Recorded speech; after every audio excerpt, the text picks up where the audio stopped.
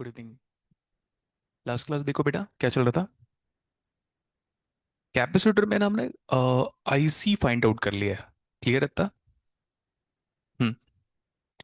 वो वैल्यू कितना आया था। आईसी का equation IC is equal to C into DVC by D T ऐसा था। हमारा इक्वेशन ये आया था लास्ट क्लास में IC T equal to C capacitor capacitance की value into DVC certainly a function of time divide by क्या हो जब ये वोल्टेज अक्रॉस कैपेसिटर कांस्टेंट हो जाए। पूछ रहा हूं मैं क्या हो जब ये कैपेसिटर के अक्रॉस वोल्टेज कांस्टेंट हो जाए। कैपेसिटर का करंट कितना हो जाए। डेरिवेटिव ऑफ कांस्टेंट तो जीरो होगा ना। अब ये सब थोड़ी ना पढ़ाएंगे हम लोग। तो करंट कितना हो गया। जीरो करंट मतलब क्या पढ़ाया था। Open circuit. और जीरो वोल्टेज का मतलब तो मैं थोड़ा सा बस फ्यू सेकंड्स मतलब फ्यू मिनट्स पीछे चल रहा हूं एंड वी नो व्हाट। सही है पॉइंटर हाँ ओके। इसकी प्रॉपर्टी के मुताबिक हमने ये प्रॉपर्टी डिराइव की थी मैथमेटिकली। एंड उसके नोट के बारे में हमने कहा था कि हम आगे क्लास में लिखेंगे। आप समझो इसको। Peoples are writing this directly but we have derived it. Mathematically सही है या मैथमेटिकल इंडक्शन सही है। कोई तरीका चाहिए ही चाहिए मुझे डेरिवेशन के लिए। सही है इतना। ये लिखा था आपने। Highlight that one and write a note. Nobody is going to make class off वरना फर्दर क्लास कंटिन्यू नहीं करने दूंगा मैं। बहुत मुश्किल हो जाएगा फिर मेरे लिए। ठीक है। Capacitance is a property of capacitor. Capacitance is a property of capacitor which opposes the sudden or the instantaneous change of voltage. Capacitance is a property of capacitor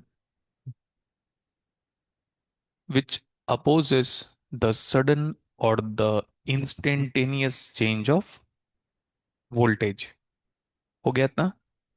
हम कैपेसिटर के प्लेट के अक्रॉस सडनली वोल्टेज को नहीं बदल सकते। ठीक है इतना। थोड़ा फास्ट लिखिए बेटा रुद्र। लिख लिया। Capacitance is a property of capacitor which opposes the sudden change of voltage. इसमें क्या है। फाइन। प्रॉपर्टी ऑफ कैपेसिटेंस याद रखिएगा। ये भी सही है। लेकिन साथ साथ इस मैंने कहा था कि इसको याद करना जरूरी नहीं है। इसके साथ साथ ये जरूरी है हमारे लिए। करंट कैसे फ्लो हो रहा है कैपेसिटर में। राइट टू है ना। पोलैरिटी ऑफ वोल्टेज बताओ। समझो। एनालॉग इलेक्ट्रॉनिक्स जो पढ़ते हैं ना हम। नेटवर्क थ्योरी जो पढ़ते हैं हम। पूरा मिलाकर मोटा मोटी लगभग 220 240 घंटे पढ़ोगे। Always you have to apply what which convention. तो ध्यान रखना। हम फ्यूचर की भी प्रिपरेशन कर रहे हैं साथ साथ। पैसिव कन्वेंशन हो गया। पैसिव कन्वेंशन का मतलब बताओ। कैपेसिटर इस टाइम पे चार्जिंग मोड में है या एब्जॉर्बिंग वाले एनर्जी मोड में है। एब्जॉर्बिंग एनर्जी या तो एब्जॉर्बिंग पावर वाले मोड में है। क्लियर हो गया। उल्टा हो जाए तो केयरफुली देखो। उल्टा हो जाए तो किसी एक को रिवर्स कर लो। तो मैं कह रहा हूं पोलैरिटी ऑफ वोल्टेज को हम सेम मान के चलते हैं। क्लियर इतना। देखो वी छोटा है ना। ये सी कैसा है बड़ा या छोटा। बड़ा है वो सी। लेकिन लिखते वक्त उतना ध्यान नहीं दे पाएंगे सी छोटा या सी बड़ा। ये छोटा सी ये बड़ा सी क्या फर्क पड़ा है राइट। तो याद रख लेना अभी के लिए। ये मान के चलो वी छोटा और सी क्या है। हाँ caps. And current in the capacitor. मान लो ऐसा आ गया किसी वजह से। अब बताओ करंट की डायरेक्शन पे पोलैरिटी ऑफ वोल्टेज क्या है। Minus plus. ओके इस कन्वेंशन को क्या कहेंगे हम।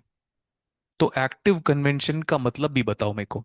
अब इस टाइम पे कैपेसिटर अपनी एनर्जी या पावर को दे रहा है। Active convention now capacitor is delivering it's energy which was stored across it. हो गया। स्कूल लाइफ में 10th क्लास में बुक में टीचर में क्या लिखाया है, या बुक में क्या लिखा है वो बताता हूं मैं एक बार। अगर पॉजिटिव टर्मिनल से करंट बाहर निकल रहा है तो वो वोल्टेज सोर्स पावर डिलीवर कर रहा है या एनर्जी डिलीवर कर रहा है। अब सही है ये। ऊपर वाले इक्वेशन से एक बार वीसी निकाल लेते हैं हम लोग। VC certainly a function of time. VC निकाला यहां से, पहले क्या होगा ये, सी से डिवाइड हो गया। उसके बाद ये डिफरेंशिएशन को क्या करोगे आप, इंटीग्रेशन क्या, I C T into D T. Limit का खासा ध्यान रखेंगे, अभी लिमिट को एज इट इज सुन लो, minus infinity to T. This is not area under curve. कभी मैं कहूं एरिया अंडर कर्व तो ध्यान देना, क्या कह रहे हैं हम, एरिया अंडर कर्व। जब भी हम कहेंगे किसी कर्व का एरिया निकालना है तो माइनस इन्फिनिटी टू,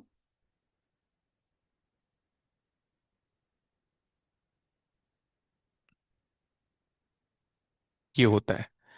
ये क्या है, बोलो, क्या है वो। हाँ वैसे ही ये भी एरिया है। अब ये हर बच्चा जानता है, impulse function, direct delta function, impulse function direct delta function का लिमिट देखो, पहले लिमिट ऑफ इंटीग्रेशन देखो। इसका मतलब बताओ, एरिया ऑफ क्या, impulse function direct delta function, one. ये एरिया है, लिमिट चेक कर लो। एरिया का मतलब minus infinity to, minus infinity to t area है या इंटीग्रेशन है, इंटीग्रेशन है, जिसमें ये वाली लिमिट फिक्स है, ये वाली लिमिट वेरिएबल है।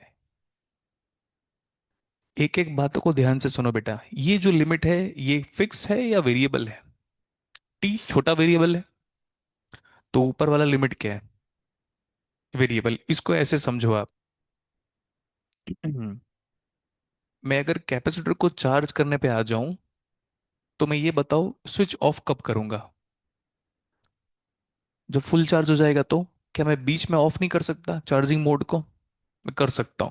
तो मेरी मर्जी, मैंने कैपेसिटर को 2 घंटे तक चार्ज किया, 4 घंटे तक चार्ज किया, या 4 सेकंड तक चार्ज किया, तो ये वाला टाइम क्या है, वेरिएबल। ठीक है, ये वाला टाइम वेरिएबल है, इसको हम कहेंगे डिजायर्ड टाइम। नेक्स्ट, नीचे की लिमिट देखना एक बार, माइनस इन्फिनिटी। ये माइनस इन्फिनिटी लिमिट का मतलब हमारी जिंदगी में क्या है, अजीब लगता है ना साइंस में। माइनस इन्फिनिटी कोई देखा है क्या, nobody has seen minus infinity, but we do have significance of taking the limit as minus infinity. Minus infinity जब भी अगर लेगा ना बेटा सिलेबस में कहीं पे भी, आप समझ जाना उसको इनिशियल कंडीशन लेने से मतलब है। मेरा ये फोन है, सुनते रहना ध्यान से, अभी ये 91% चार्ज है, तो क्या मेरे लिए इनिशियल कंडीशन मैटर किया at the time of charging this. आप फोन को कब चार्ज करते हो, जब कम चार्ज हो। तो पता कैसे चलेगा, जब वो आपकी उस इसकी इनिशियल कंडीशन को पहचान लो। तो हम ये मैटर कर रहे हैं हमारे लिए कि पहले कैपेसिटर कितने वोल्टेज से चार्ज है, ये लिमिट कौन बता रहा है। अब बोलता हूं मैं, let me have this one, लिखने का टाइम दूंगा बेटा, डोंट वरी।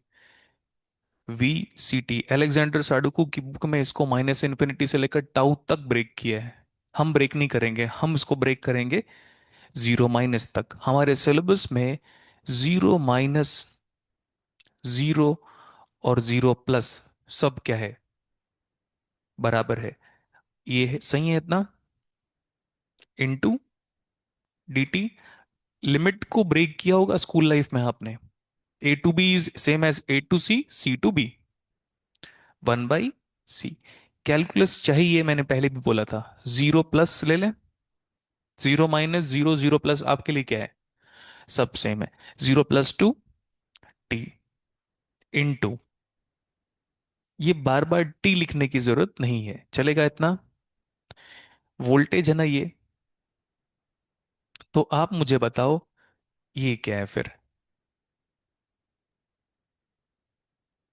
ये वोल्टेज है ना, तो ये क्या है और ये भी क्या है।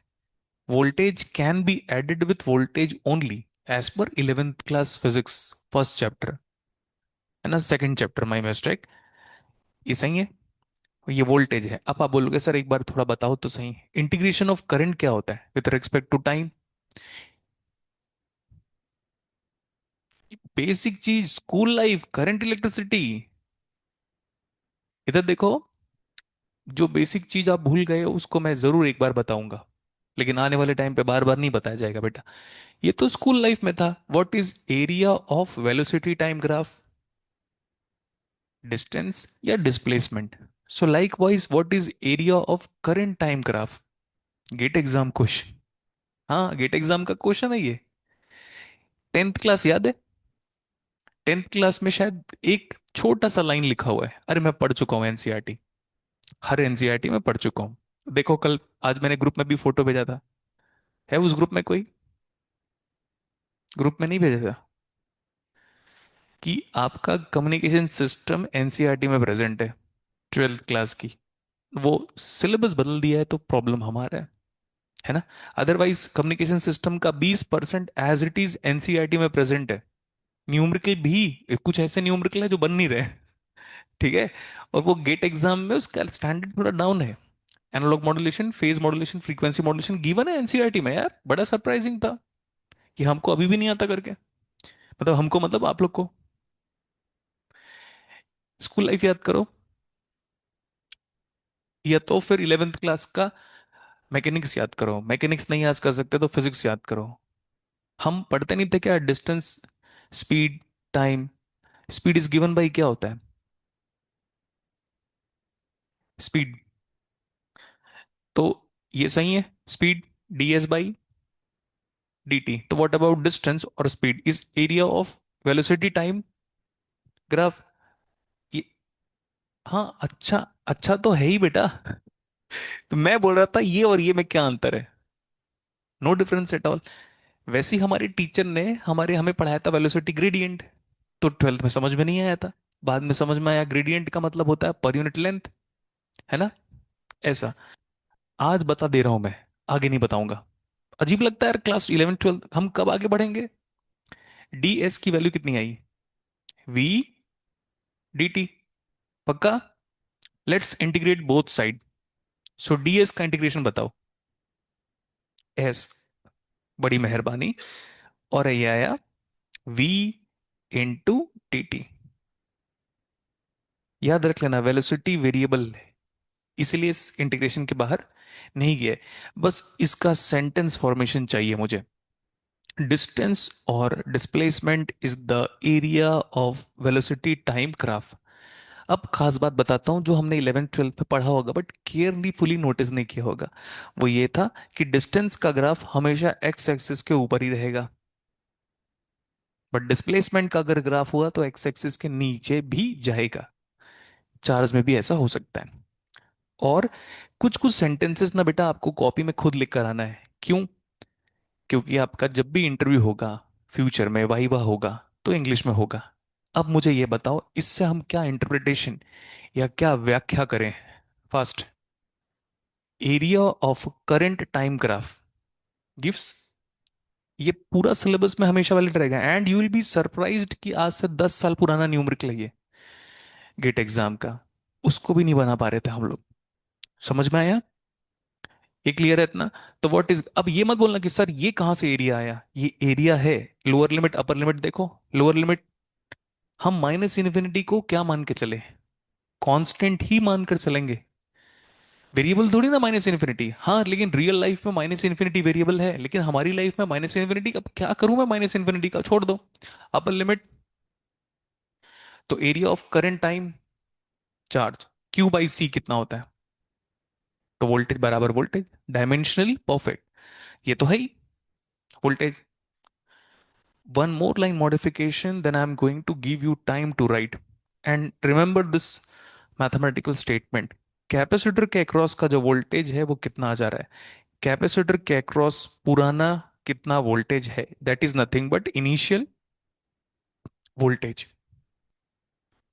1/c। इंटीग्रेशन जीरो लिखो, जीरो प्लस लिखो, जीरो माइनस लिखो, कुछ भी लिखो, 0 to t, आगे I C, certainly a function of time into D T.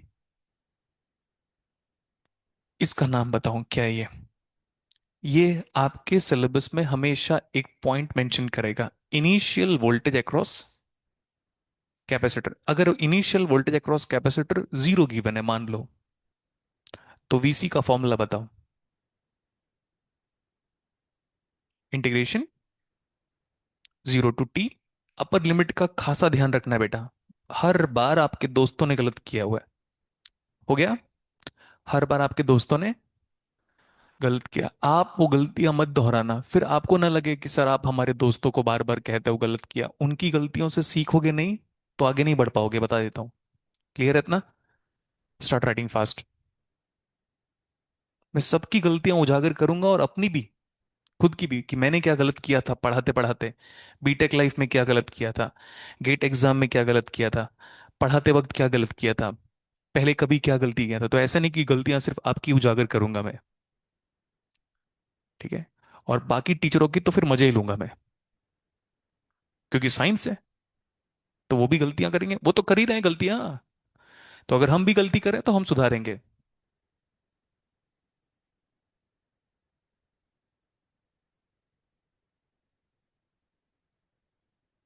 अगर आप क्लास ऑफ करोगे, आप जानो, अपने रिस्क पे आना फिर फर्दर क्लास। समझ में आया? दिल्ली की सीएम साहब ने क्या कहा था? अपने रिस्क पे आइए। आप भी अपने रिस्क पे आइएगा, मैं बॉदर नहीं करूंगा फिर। लेकिन इस बात की एश्योरिटी देता हूं कि गेट एग्जाम का क्वेश्चन कॉपी से आएगा, बस। ये देख लो, मैं उधर भी रखा था, दिख रहा है ये book? You can take this book, give me any question randomly, किसी भी टॉपिक से। अरे हाँ, ये तो पीछे से टच हो गया। ओ मच्छर, अब इसको क्रॉस करना पड़ेगा। हाँ, तो वो जो बुक दिखा, बुक आपको ब्लैंक क्यों हो गया?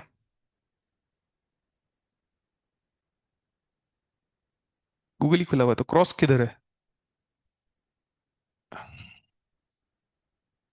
होम का बटन, दैट्स व्हाट शॉर्टकट। हम्म।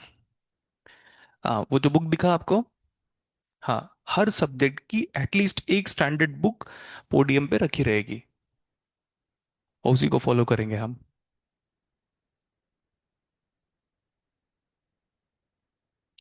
ठीक है?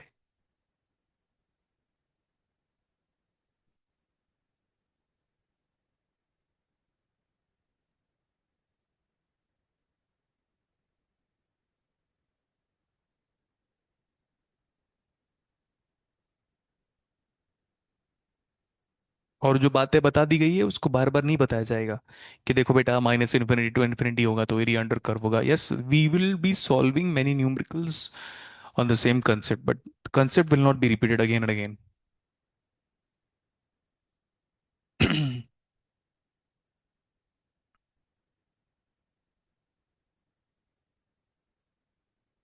लिखना हो गया यहाँ तक? कहाँ तक लिख लिया? एक्टिव कन्वेंशन तक लिख लिया? तो मैं इसको ऊपर कर देता हूँ, कंप्लीटेड फास्ट। ये भी लिखना है आपको, बिकॉज एप्टीट्यूड, समझ रहे हो ना आप लोग? Because of aptitude. एप्टीट्यूड में तो है ही हमारे सिलेबस में वो, speed, relative velocity, boat, speed time, work time.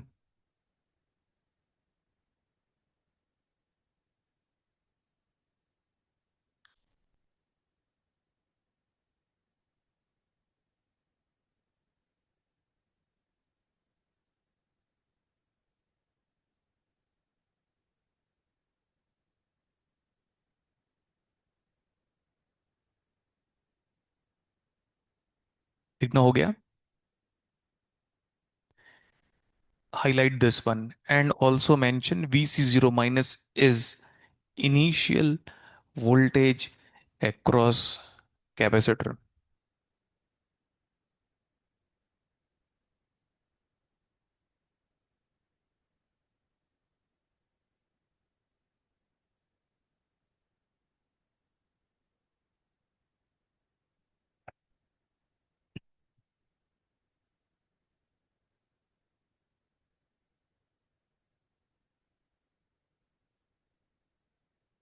Hmm.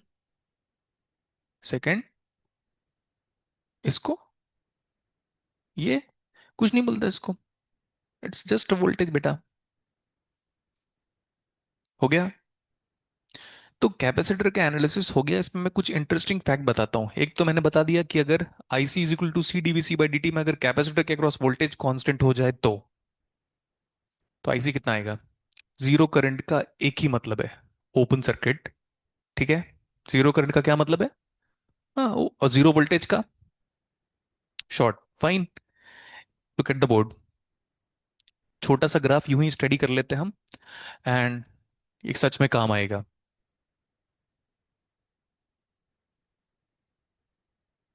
Capacitance is a property of capacitor which opposes the sudden or the instantaneous change of। अब ये सिलेबस में 100 बार स्टेटमेंट को रिपीट करूंगा मैं, और आपका काम है बहुत जल्दी भूल जाना। समझ में? 100 बार बोला ना मैंने, अब सच में 100 बार होगा। 100 times I will be stating that कि capacitance is a property of capacitor which opposes the sudden और the instantaneous change of voltage.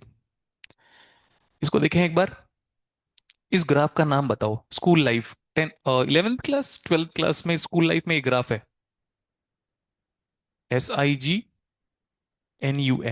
हम ये पढ़ेंगे बेटा, लेकिन मुझे जितना मेरा नॉलेज है ना सब दे दूं ऐसा लगता है, लेकिन टाइम की लिमिटेशन है अपने साथ। इस ग्राफ का नाम बताओ। हम स्पेस डोमेन पे ना के बराबर पढ़ेंगे। स्पेस डोमेन EMT में आएगा, अभी नहीं। कौन सा डोमेन है ये टी डोमेन है। फाइन।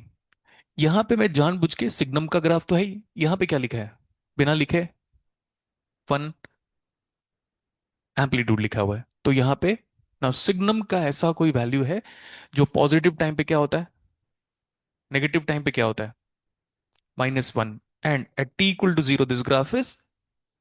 तो आप बोलोगे सर क्यों बता रहे हो।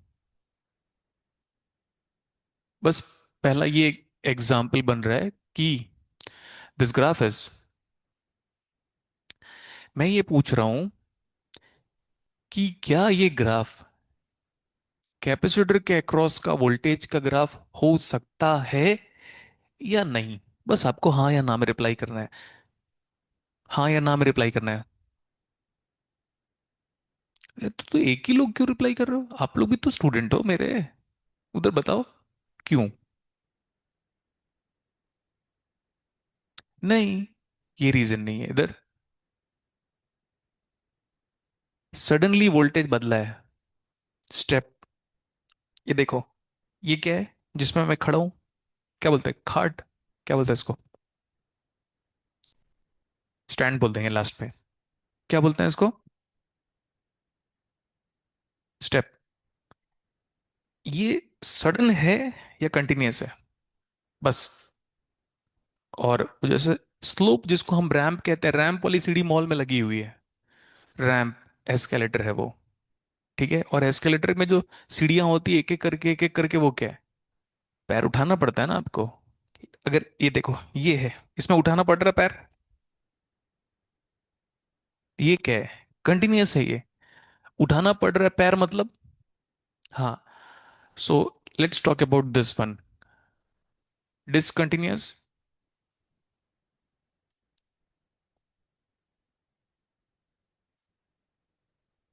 Discontinuous nature. क्लियर है इतना। हमारे लिए एक सब्जेक्ट है इसको पढ़ने के लिए, पूरा एक सब्जेक्ट है, अभी वो खत्म भी नहीं हुआ है सिग्नल सिस्टम। एक पूरा सब्जेक्ट है इसको पढ़ने के लिए। फाइन। एंड इसका फोरियर ट्रांसफॉर्म बताऊंगा मैं, फिर नेटवर्क थ्योरी में फिर लेकर आऊंगा। मतलब कब की बात है उसको सुनो ध्यान से। नेटवर्क थ्योरी पढ़ेंगे, फिर सिग्नल सिस्टम पढ़ेंगे, फिर सिग्नल सिस्टम जिन लोग का होता रहेगा और जिन्होंने दोनों सब्जेक्ट पढ़ा है, फिर मैं एक क्वेश्चन दूंगा जिसमें वोल्टेज सोर्स के साथ साथ ये वाला वोल्टेज सोर्स होगा, और उसको सॉल्व करना है आपको। तो उसके लिए फोरियर ट्रांसफॉर्म डोमेन काम आएगा। अभी इतना चलेगा? तो मुझे बस बताओ, मैं टिक मार्क करूं या टिक मार्क नहीं करूं? Capacitance is a property of capacitance capacitor which opposes the sudden change of voltage. That means this cannot be a graph of the, ये क्लियर है? This cannot be a graph of capacitor voltage. चलें आगे बेटा। देखते रहो अभी।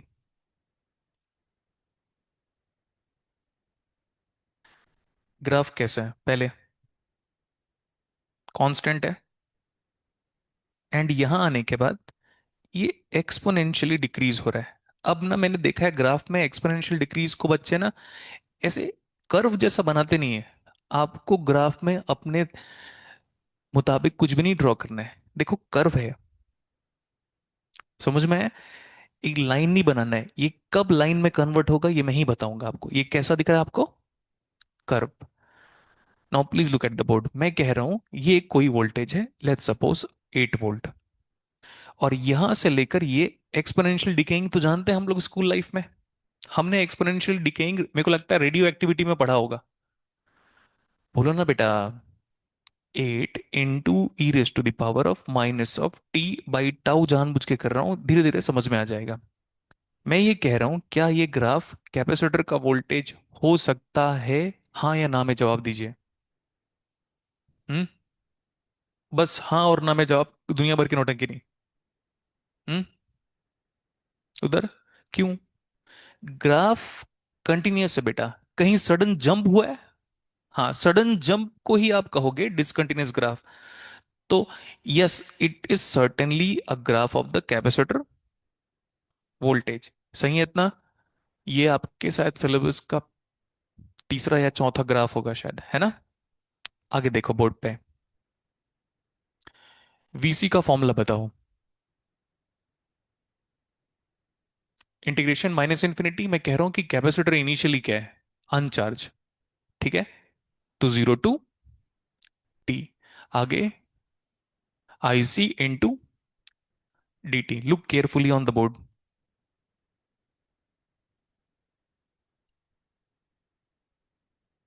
और next class में मुझे चाहिए हाइलाइटर और चाहिए साइंटिफिक कैलकुलेटर। हाथ में होना चाहिए, टेबल पे, जिस टेबल पे आप पढ़ रहे हो। और क्यों, वो नेक्स्ट क्लास में समझ में आ जाएगा। हम्म।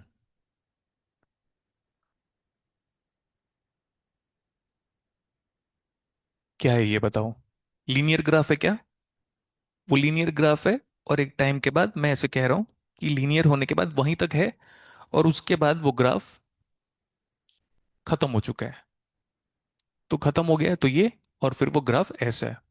क्लियर हो रहा है ना? ये तो मैं पूरा बोल्ड लाइन से बनाऊं, आप कहोगे तो बना देंगे हम बोल्ड लाइन से। ऐसा है वो ग्राफ, फुल स्टॉप। यहां जाके क्या हो गया है? यहां जाके वो ग्राफ रुक गया है। क्लियर? तो मैथमेटिकली अगर पूरी बात करनी है तो यहाँ पे टाइम का कोई वैल्यू बताओ। Let's talk about the value of time. कितना ले लिया इसको?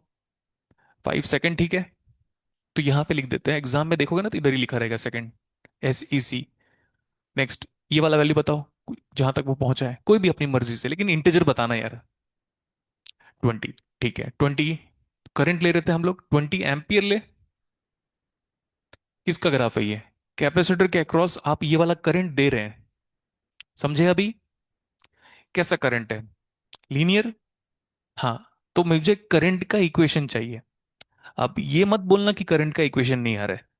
Is it y = mx? Is it y = mx? तो आपको बोलना चाहिए यस। तो हम पहले ये लिख रहे हैं, y कितना है? mx, perfect. y की जगह क्या है? बेसिक चाहिए स्कूल लाइफ का मुझे। स्कूल 10th 11th 12th अगर आपको आता है तो मेरी लाइफ मजेदार है फिर। आईसी सही है। स्लोप बताओ। स्लोप एक्स की जगह क्या है? मतलब आपके कैपेसिटर में ये गिवन है कि कैसा करंट फ्लो हो रहा है, एक लीनियर करंट फ्लो हो रहा है जिसका स्लोप कितना है, 4। ये नहीं कहना है कि सर इक्वेशन कैसे आया, y equal to M X, no problem at all. अब हम कह रहे हैं let's draw the graph of the capacitor voltage. Exam पे आता चार्ज बताओ, तो चार्ज क्या आएगा, area under curve, half base into height, खत्म हो गया। गेट एग्जाम का क्वेश्चन है, मैं मजाक नहीं कर रहा हूं, आप करोगे ना फिर पढ़ाने के बाद तो लगे अरे सर ये कोई क्वेश्चन है क्या। फर्स्ट चैप्टर यही है, हम क्या करें। हम्म। हमें क्या चाहिए अभी, वीसी का मतलब है इस ग्राफ का क्या करना पड़ेगा हमको, VC is nothing but voltage across क्या, कैपेसिटर। कितना है, 1/c, सी नहीं की 1 है ना। हम तो अंडरस्टैंडिंग के लिए सी को 1 ले लेते हैं, चलेगा। इंटीग्रेशन कहाँ, 0 से, हाँ बोलो, 5 नहीं बोलना है, 0 से कहाँ तक, टी, गुड। सर ये तो 5 तक है, अरे आपको जो पढ़ा है वो बताओ, T. What is IC, into, पक्का, वीसी बताओ, कैलकुलस, 4 को बाहर करो, टी का इंटीग्रेशन बताओ, 2t स्क्वायर। हाँ अच्छा, ओवरऑल, हाँ ठीक है, इतना सही है। कैसा ग्राफ है, पैराबोला है क्या ये, Y is equal to X square, कैसा ग्राफ है।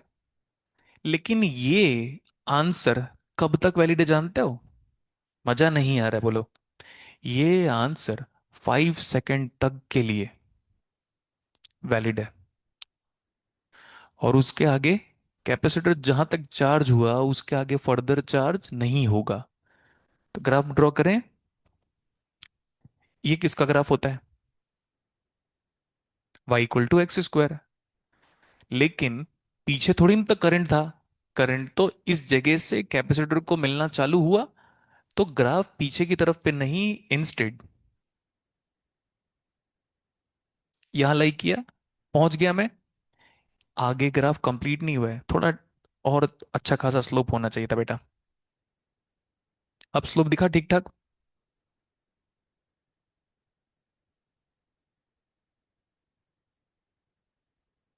हम्म। रेड लाइन का इक्वेशन बताओ, 2t स्क्वायर। अब ये ग्राफ, कैपेसिटर मान लो कितने भी वोल्टेज से चार्ज हुआ होगा, अब फर्दर आपका कैपेसिटर चार्ज नहीं होगा।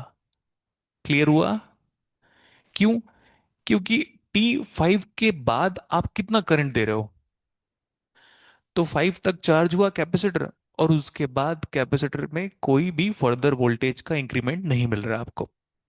नेक्स्ट वन, ये टाइम कितना है, यहां रखो, रखो ना, 50 क्या,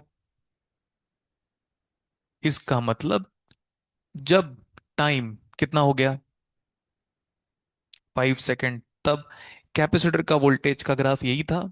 लेबलिंग पूरा होना चाहिए, अगर मैं छूट गया तो भी कंप्लीट कर लेना, क्योंकि मैं लेबलिंग अगर छोड़ रहा हूं तो it's very trivial for you to proceed.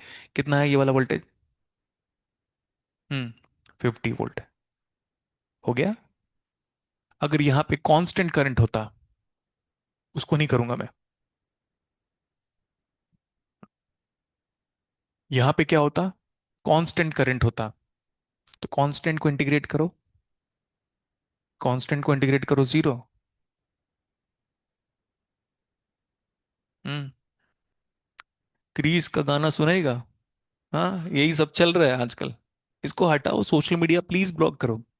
बहुत एग्रेसिव चाहिए मुझे स्टूडेंट क्लास में न्यूमेरिकल एबिलिटी को लेकर, ठीक है, ऐसे नहीं कि सोशल मीडिया में इन्वॉल्व है, क्योंकि वहीं से ना हमारा कंसंट्रेशन स्पैन कम हो रहा है, और कोई ऐसा है नहीं है जो हमारे कंसंट्रेशन स्पैन को तोड़ रहा है, नोबडी। तो ध्यान से देखो बेटा, अगर कांस्टेंट करंट है, इंटीग्रेट करो, तो ग्राफ ऐसे बनता, और उसके बाद चले जाता है ऐसे।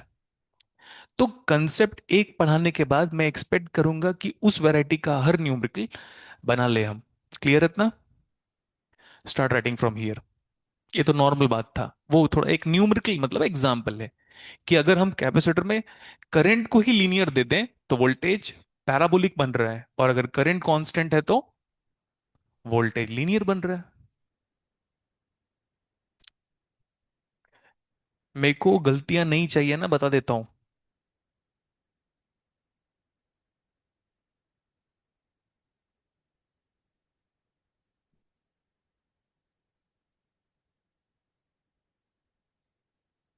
आप 6 सेमेस्टर में जितना पढ़ते हैं, अप्रोक्स 5 सेमेस्टर में मैं आपको 1 साल में उतना पढ़ाऊंगा। क्लियर हो गया?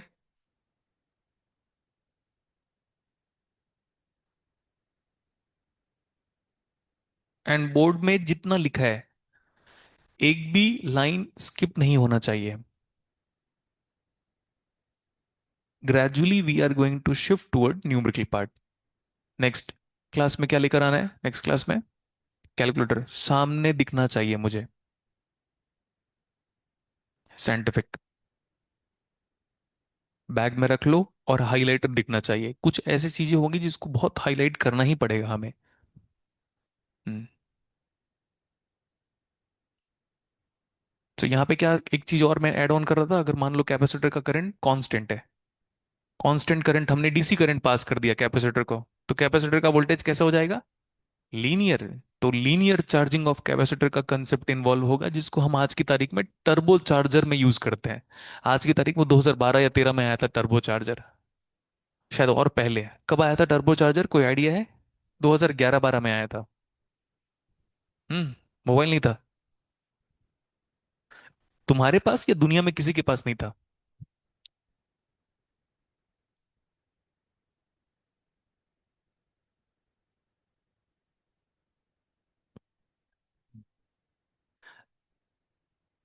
नेटवर्क पढ़ने का एडवांटेज कहाँ मिलेगा आपको? मतलब हम कॉमन ब्रैच, कॉमन मान लेते हैं, सिलेबस कॉमन है करके, हालांकि पावर इलेक्ट्रॉनिक्स में मिलेगा, पावर सिस्टम पे मिलेगा, बहुत ज़्यादा पावर इलेक्ट्रॉनिक्स में मिलेगा। एंड सबसे ज़्यादा एडवांटेज मिलेगा आपको एनालॉग। अगर नेटवर्क थ्योरी का कोऑपरेशन किया आपने एनालॉग में, तो सिलेबस मैं 60 घंटे में भी खत्म कर दूंगा, जो कि इस बार खत्म किया था 100 घंटे में। इतना टाइम कंप्रेस कर सकते हैं हम। क्लियर? क्योंकि केसल केबल लगाना है।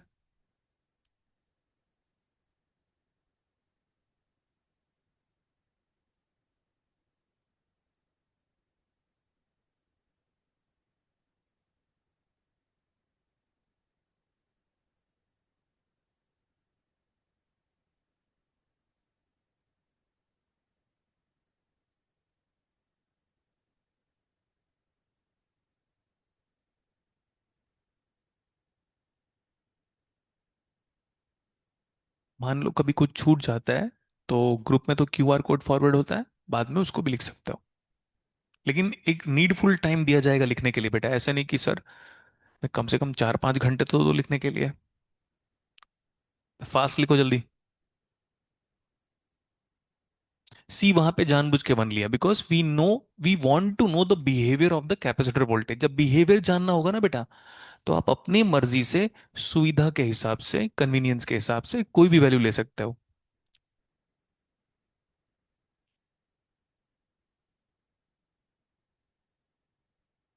सीरीज पैरेलल के बारे में नहीं बात करें ना कैपेसिटेंस में, डायरेक्टली हम न्यूमेरिकल करेंगे। कैपेसिटेंस में सीरीज वाला जो रेजिस्टेंस में जो फॉर्मूला था सीरीज वाला, वो कैपेसिटेंस में पैरेलल में लगता है, पैरेलल वाला। हम लैपलास लेकर डिराइव करेंगे तो बेहतर रहेगा। टाइम डोमेन में डिराइव करना है तो भी आप मेरे को कह देना, मैं डिराइव कर दूंगा उसको। सीरीज पैरेलल हो गया। आगे लिखो, एनालिसिस ऑफ इंडक्टर। 2 पार्ट में पढ़ेंगे इसको। क्लियर हुआ?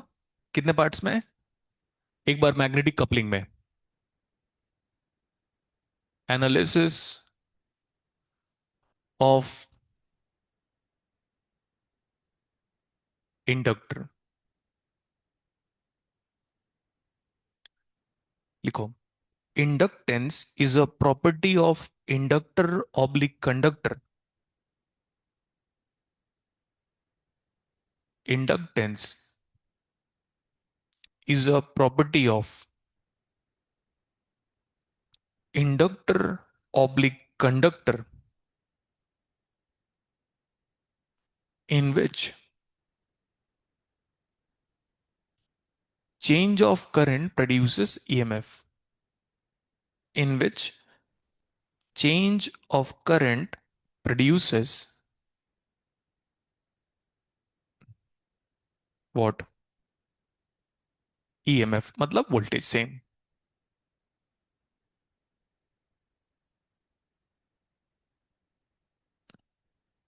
ये डेफिनेशन आगे मॉडिफाई करेंगे हम, ठीक है, थोड़े वक्त के बाद। बोर्ड पे देखो, अगर कोई कह रहा है भाई देखो इंडक्टर है, ये सिंबल क्लियर है इतना? इंडक्टेंस को रिप्रेजेंट कैसे करते हैं हम? एल, एल का नाम बताओ। इनिशियल, एक बार तो ये नाम जरूर लिख लेंगे हम, इसका नाम है,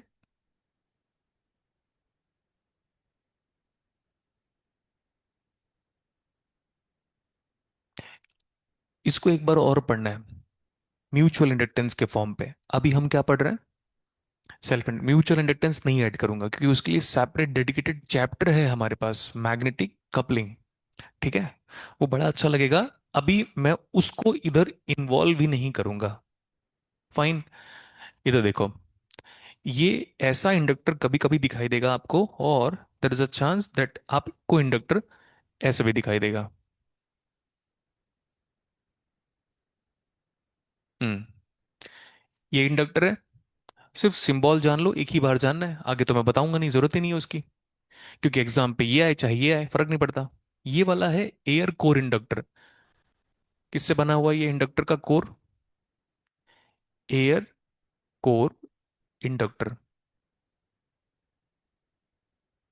और वो है आयरन कोर, जिसको हम फेराइट कोर कहते हैं।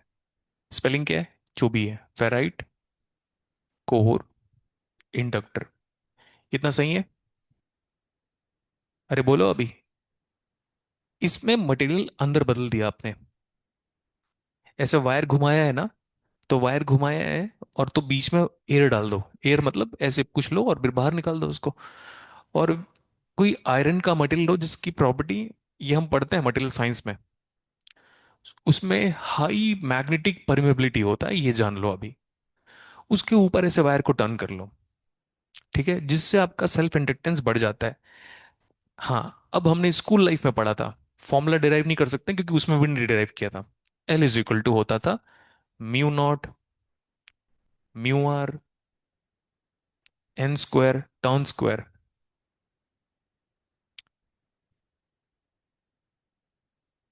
Capital A, area of the coil, by. L लिखता तो बड़ा अजीब हो जाता, क्योंकि एल यहां पे भी लिखा हुआ है, इसलिए क्या लिखा हमने?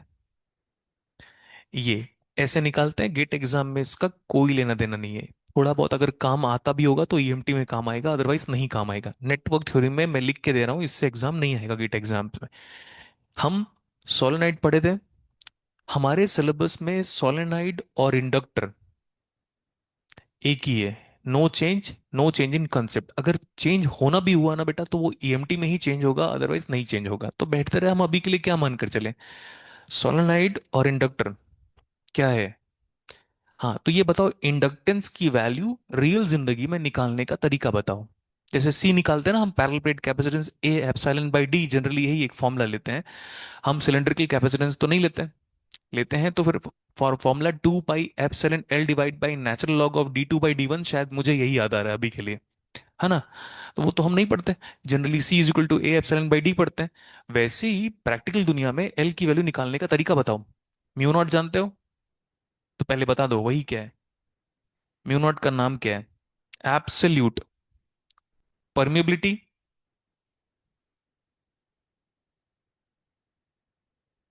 एब्सोल्यूट स्पेलिंग बताइए। MEABI।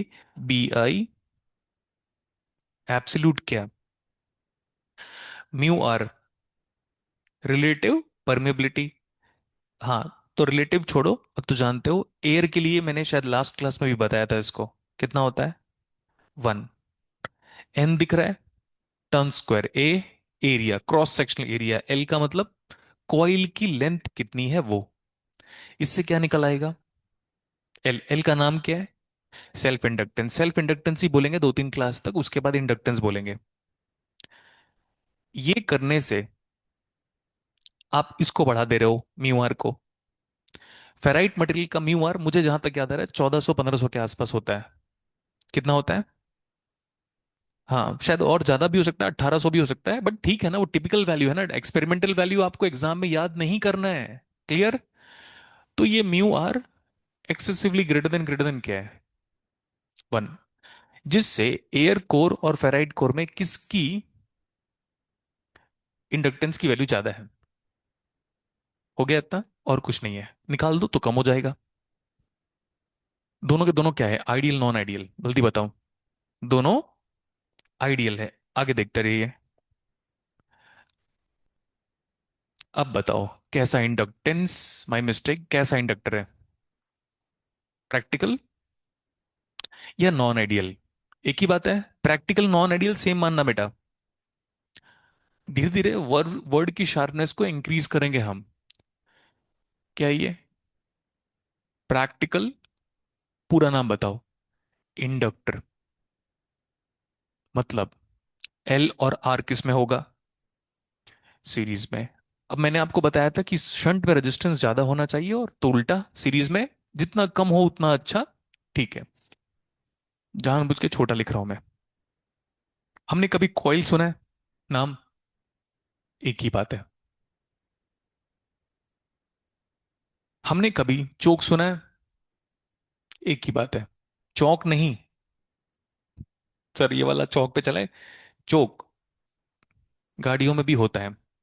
You know what, Alexander Sadiku, ये बुक है ना, they have talked about we have modelled automobile engineering in the form of RLC. Spark plug भी है, हमारे सिलेबस में नहीं है बट इसने बताया है हर जगह पे। देखो हम आरएलसी यूं ही नहीं पढ़ रहे हैं, ऐसे नहीं कि वो खान सर है ना पटना वाले, वो कह रहे हैं कैलकुलस हम इसलिए पढ़ते हैं ताकि दिमाग शार्पन अप हो। अबे तो इंजीनियरिंग क्यों कर रहे हैं हम लोग, समझ में आया। कोई टीचर वो आके, कोई भी आके एलईडी पढ़ा दे रहा है, हम एलईडी 50 घंटे बाद पढ़ते हैं। एलईडी में नोबेल प्राइज मिल रहा है, और कोई एलईडी में बोल रहा है लाइट एमिटिंग डायोड, अरे प्रिंसिपल तो बता। सही है इतना। तो हमें वैसा पढ़ना है कि हमें कंसेप्ट भी समझ में आए। अब ऑटोमोबाइल इंजीनियरिंग में ना, हम ऑटोमोबाइल को आरएलसी के फॉर्म में मॉडल करते हैं बेटा, और फिर स्टडी करते हैं, फिर देखते हैं कि ऑटोमोबाइल का परफॉर्मेंस कैसे इंक्रीज होगा, बढ़ेगा या घटेगा। क्लियर इतना। केमिकल इंजीनियरिंग में भी एक सब्जेक्ट है जिसका 2 या 3 चैप्टर हमारे कंट्रोल सिस्टम से एज इट इज मर्ज्ड है। अभी एमटेक के कुछ बच्चे सीएस वाले बाहर गए हैं शायद तक, मुंबई, और एक आध दो आईआईटी में उनका एक सब्जेक्ट है। वो कह रहे हैं हम पढ़ रहे हैं सेकंड ऑर्डर सिस्टम, ठीक है, कंट्रोल सिस्टम। वो तो सीएस वाले हैं। तो जहां पे भी रोबोटिक्स इंजीनियरिंग की बात हो जाएगी, रोबोट को कंट्रोल करना पड़ेगा, रेगुलेट करना पड़ेगा, एक ही सब्जेक्ट है हमारे लिए उसके लिए, कंट्रोल सिस्टम। तो समझ में आना, जो भी हम सब्जेक्ट पढ़ रहे हैं is of huge importance. Clear हो गया इतना। ये बताओ क्या है ये लॉसी है या लॉसलेस है। कभी हमारा चोक गर्म हुआ, माई मिस्टेक, कभी हमारा इंडक्टर गर्म हुआ रियल जिंदगी में। अरे इंडक्टर गर्म हुआ, क्यों नहीं हुआ, हुआ होगा ना भाई। इंडक्टर का कोई रियल लाइफ एग्जांपल बताओ। ट्रांसफॉर्मर, गुड परफेक्ट, ट्रांसफॉर्मर गर्म नहीं होता। हाँ कम होता है, लॉस को कम करने के लिए। नेक्स्ट वन, अगर मुझे अच्छा डिवाइस चाहिए तो मैं उसको यूज करता हूँ कॉइल बनाकर हीटर में, तो ये बढ़ाना पड़ता है मेरे को।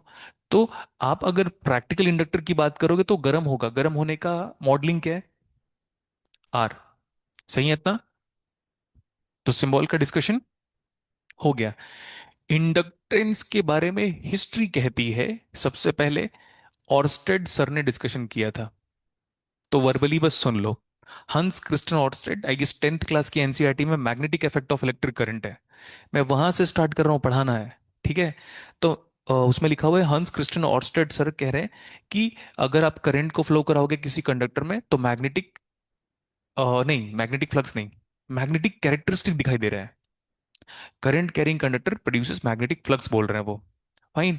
फिर उसके बाद एंड्रयू मैरी एम्पियर सर आए, उन्होंने कहा हाँ भाई, current carrying conductor produces magnetic flux but they are linearly related. Linear relation है, जितना करंट बढ़ाओगे मैग्नेटिक फ्लक्स बढ़ेगा, और करंट बढ़ाओगे मैग्नेटिक फ्लक्स और बढ़ेगा। तो कैसा रिलेशन है, लीनियर। सो इधर देख लो आप, लिखने का टाइम दिया जाएगा, don't worry. Current carrying conductor oblique, conductor नहीं, कंडक्टर या इंडक्टर, दोनों बेटा। मैं इसलिए, मेरे को वर्ड बेस से भी बहुत कुछ समझाना है। वायर ना, कॉपर का वायर ऐसे ऐसे घुमाते हैं ना, तो कंडक्टर नहीं है वो। दुनिया के हर कंडक्टर में मैग्नेटिक प्रॉपर्टी होगी अगर किसी भी वायर में करंट फ्लो रहा है। मैं वायर की बात कर रहा हूं, मतलब हम उसको कहते हैं कंडक्टिवली कपल्ड सर्किट। सारे शब्द आपको बताएंगे, बेटा फोन नहीं, बंद। पेरेंट का है, मम्मी का है, हाँ तब उठा सकते हो। बाकी का मम्मी पापा का छोड़कर नहीं, किसी का नहीं। हम्म। हाँ बोल दो ना, क्लास अटेंड कर रहे हैं। घर वाले की अंडरस्टैंडिंग अच्छी है, बाकी तो नहीं समझते बाकी लोग। है ना, आप समझ गए किसकी तरफ इशारा है। ओके। तो ना फोन वोन मैं भी अवॉइड करूंगा बहुत ज्यादा। फोन मतलब जैसे मैं सुबह, मेरे पास पापा का फोन आता है फिक्स, कोई अदर उधर देखे हो ना, हर दिन सुबह बजेगा 7 से 9 के बीच में एक बार फोन। तो मेरे को कहना पड़ेगा पापा 7 से 9 नहीं, बहुत इंपॉर्टेंट है एकदम। ऐसे नहीं कि चुगली कर रहे हैं पापा मेरे को फोन करके, वो नहीं। पर नहीं पापा बहुत इंपॉर्टेंट है तो बताओ, नहीं तो फिर 9 बजे के बाद। तो वैसे आपको भी करना पड़ेगा discipline. Let's look at the board. Conductor और इंडक्टर क्या है? इंसुलेटर नहीं बोल रहा हूँ बेटा।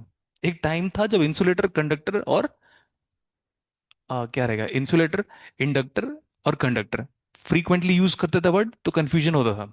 स्कूल लाइफ की बात कर रहे हैं हम। तो इंडक्टर बोलो या तो फिर क्या, कंडक्टर। दुनिया में सारे इंडक्टर किससे बना हुए? कंडक्टर से ही बना है ना। इंसुलेटर नहीं बोल रहा हूं मैं, इंसुलेटर कल पढ़ाया था। हो गया। तो current carrying inductor oblique conductor produces what? Magnetic. हाँ मैग्नेटिक प्रॉपर्टी, तो मैग्नेटिक फ्लक्स। अब हर बैच में यूनिट का कई बार डिस्कशन किया हुआ है, इसको भी देख लेते हैं हम। मैग्नेटिक फ्लक्स का रिप्रेजेंटेशन देखो, पाई या साई। स्पेलिंग, स्पेलिंग चाहिए मुझे, स्पेलिंग नहीं जाने हो आप लोग, मेरे को पता है। मैं भी तो रहा हूं ना स्टूडेंट। टीचर फाई बोल रहा है, साई बोल रहा है, टिल्डा बोल रहा है, कई सारे ऑपरेटर, तो वो लिख के नहीं बता रहा है, वर्बली बता रहा है। और कई जगह पे वर्बली समझ में नहीं आता कि ऑपरेटर क्या है। काई, CHI लिखा था मैंने। ये बताओ क्या है ये? Spelling PHI। सही है इतना? ये है फाई।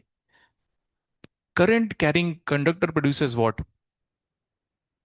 एंड वन, एक बार तो ट्रोल करूंगा सालों को। ठीक है, ऐसे लिखोगे? हाँ। अब आप मेरी दुनिया में हो। अजीब नहीं लग रही है? करंट ऐसे लिख रहा है, करंट को बढ़ाने से फ्लक्स बढ़ रहा है, ये कैसा करंट है? तो बढ़ाओ। डीसी करंट कैसे, डीसी कैसे भाई टाइम डिपेंडेंट नहीं है ना। टाइम डिपेंडेंसी चाहिए करंट। फेराडे सर क्या कर रहे थे पता है आपको? शायद एक एनिमेशन देखा होगा आपने, वो एक एक रॉड को लेते हैं और ऐसे ऐसे इंसर्ट करते हैं, लाइट की इंटेंसिटी बढ़ती है घटती, भाई तो टाइम वेरिंग चाहिए। ऐसे थोड़ी कि इंसर्ट कर दिया रॉड को, ऐसे रोक दिया। ये this should be always in a moving condition. So time dependency है। हाँ। आगे, is replaced by a constant. What is L? अभी तो पढ़ाया यार। सेल्फ इंडक्टेंस बोलो ना भाई। एल का नाम क्या है? Self inductance. क्या है ये? एल, एल को क्या कहेंगे हम? Self inductance. आगे आगे और बात करते हैं। मुझे ना अब यहीं पे इसकी यूनिट बताइए, फ्लक्स की यूनिट। मैं हर बैच में ये पूछा हूं, इस बैच में भी पूछूंगा ही पूछूंगा, क्योंकि यूनिट का ध्यान रखना पड़ेगा। टेस्ला, वेबर क्या? वेबर। सही है इतना? CGS है या MKS है? आप जानते हो, छोटी सी बात ध्यान से सुनना, FPS सुना है? फुल फॉर्म बताओ। ठीक है, हम सबको पता है। फुट पाउंड सेकंड, फ्रेम पर सेकंड। मैं भी ध्यान ही नहीं था यार, दो दो फुल फॉर्म में करके। FPS फ्रेम पर सेकंड, फुट पाउंड सेकंड। जिस भी कंट्री में चलता है हम जानते हैं, वेस्टर्न कंट्रीज में चलता है। MKS metre kilogram second. आगे सुनना, स्टोरी है आगे, फिर आगे एक और, CGS centimetre gram second. FPS और MKS में डिफरेंस की वजह से नासा का 800 करोड़ का प्रोजेक्ट फेल हुआ था। समझ में आया? इसलिए मैं हमेशा कहता हूं छोटी छोटी सूक्ष्म चीजों को इग्नोर नहीं करना है। और इसीलिए मैक्स प्लैंक सर ने क्वांटम मैकेनिक्स बनाई है, जहां आप सोच भी नहीं सकते, जहां पे सिर्फ आदमी दिमाग से ही काम ले सकता है। एक्सपेरिमेंट परफॉर्म करना अभी अभी चालू हुआ है। और क्वांटम मैकेनिक्स की इजाद अर्ली 19th सेंचुरी, नहीं अर्ली 20th सेंचुरी में स्टार्ट हुआ था। सही है इतना? तो हम यूनिट में एरर नहीं कर सकते हैं, क्लियर हो गया? वही एग्जाम्पल याद रख लेना, 800 करोड़ रुपए है आपके पास। कितना बड़ा अमाउंट होता है 800 करोड़ रुपए? हाँ, सब बिक जाएगा, ठीक है। नासा वाले बियर कर सकते थे, क्या था जानते हो? यही मिसमैच बिटवीन एफपीएस और एमकेएस एंड कैलकुलेशन एरर, ध्यान रखना है। तो हम नहीं कर सकते कैलकुलेशन एरर। अब ये बताओ, वेबर एमकेएस है या सीजीएस है? एमकेएस है, क्लियर इतना? तो फिर CGS unit of magnetic flux बताओ। हाँ, स्कूल लाइफ। ये ये मेरे को भी इतना बता दो कि ये स्कूल बुक में है या नहीं मानते आप लोग? है। तो क्या, क्या ऐसा हुआ इंजीनियरिंग में जाने के बाद, दिमाग में चोट आया? जल्दी बताओ, ऐसा क्या हो गया? आईआईटी जेई की भी तो प्रिपरेशन किए होगे, तभी तो बीआईटी में आके अटके हो। नहीं किया प्रिपरेशन? चलो बताओ, मैक्सवेल होता है। Maxwell is C G S unit of, बोलो बेटा। फाई क्या है? फाई लिखा तो है यार। मैग्नेटिक फ्लक्स, ये क्या है? करंट। ये हो गया यहां तक क्लियर? एल आ गया। मैंने कहा इसका यूनिट बताओ, तो वेबर और एक और है सीजीएस में ही, और स्टेड। ये भी कैसा यूनिट है? दो यूनिट है सीजीएस में। लोग इसको इसको भूल गए हैं, नोबडी नोस। टीचरों को पूछो ये क्या है करके, तो नहीं बता पाएंगे। Though they are late studying EMFT. आगे चले। हाँ, तो आपका वो जो डाउट है वो भी क्लियर कर लेते हैं हम। बी, देखो आप, कैसा बी लिखा है? कैप्स। कैपिटल बी का मतलब बताओ। Very good. पूरे सिलेबस में क्या होगा ये? हाँ, तो मैग्नेटिक, बोलना पड़ेगा ना बेटा, छोटे छोटे बच्चे बोल के पढ़ते हैं, है ना। 10th 11th 12th में बोल के पढ़ना बंद कर दिया था, नहीं हम मन में पढ़ेंगे, गेट लॉस्ट, आज तक कुछ याद नहीं आया। Magnetic flux density. तो मैग्नेटिक फ्लक्स डेंसिटी का मतलब है flux per unit cross sectional. मतलब ये इमेजिन करो, पेन फ्लक्स है, ऐसा गया अंदर, बाहर निकला उधर से, एरिया बताओ। पर यूनिट एरिया, किसका एरिया? बोर्ड का। ये मैग्नेटिक फ्लक्स दिखाई दिया, मतलब मैग्नेटिक फील्ड लाइंस को ही फ्लक्स बोलते हैं। अरे 10th क्लास, अंदर गया, उधर से बाहर निकला, तो मैग्नेटिक फ्लक्स डेंसिटी कितनी आएगी? फ्लक्स तो थी, यही था। एरिया क्या है? बोर्ड का। अब सही है। तो बोर्ड का एरिया मतलब क्रॉस सेक्शनल, उसको जो सामने फेस करने को मिल रहा है वो वाला एरिया कितना है? Magnetic flux density. तो एक यूनिट आपने कहा था, ध्यान से देखना, वेबर। यहीं पे लिख सकते हैं हम, वेबर पर मीटर। हम्म। अब बोलो, अब बोलो ना जो बोल रहे थे। अरे यार कहो तो सही अब। क्या कह रहे थे, टेस्ला? हाँ, आप कहो टेस्ला, निकोला। हाँ, रेस्पेक्टेड अगेन ना। सब लोग को आजकल रेस्पेक्ट करने का मन कर रहा है आजकल। नहीं, स्टोरी नहीं सुना, कोल्ड वॉर? अच्छा, वो तो अलग है।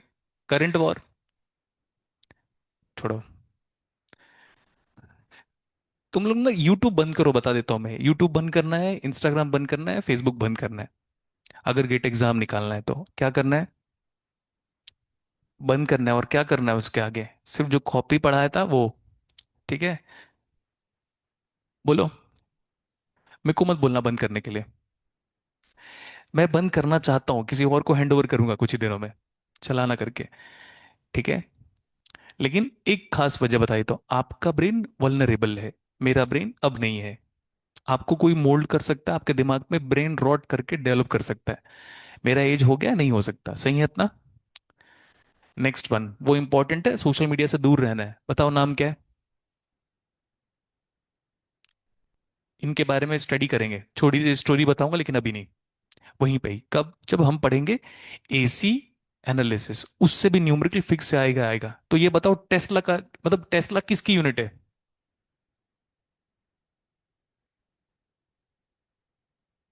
अरे लिख तो दिया भाई, ये देखो। हाँ, कुछ भी मत बोला करो आज के बाद से, अब आप केयरफुली रहा करो। क्लियर? बुक देखकर पढ़ा रहे हो या बिना देखे? बुक्स से सिर्फ एक ही काम करूंगा, क्वेश्चन देखना। तो ये बुक्स में ये सब नहीं डिस्कशन किया हुआ है, ये तो बेसिक है। फाइन। Next one. हमने गॉस भी सुना हुआ है ना? गॉस नहीं सुना हुआ है? जेम्स क्लर्क मैक्सवेल नाम है इनका।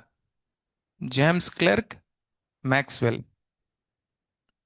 एरिया की यूनिट यही है। हम्म। Carl Friedrich Gauss. स्पेलिंग याद नहीं इसलिए नहीं लिख रहा हूं मैं, लेकिन नाम सबका याद है मुझे। हाँ। Karl, FRIEDRI। स्पेलिंग सुधार लेना। ये मत बोलना कि सर स्पेलिंग ही तो नहीं आता, पढ़ाओगे क्या? हाँ, आगे। गॉस।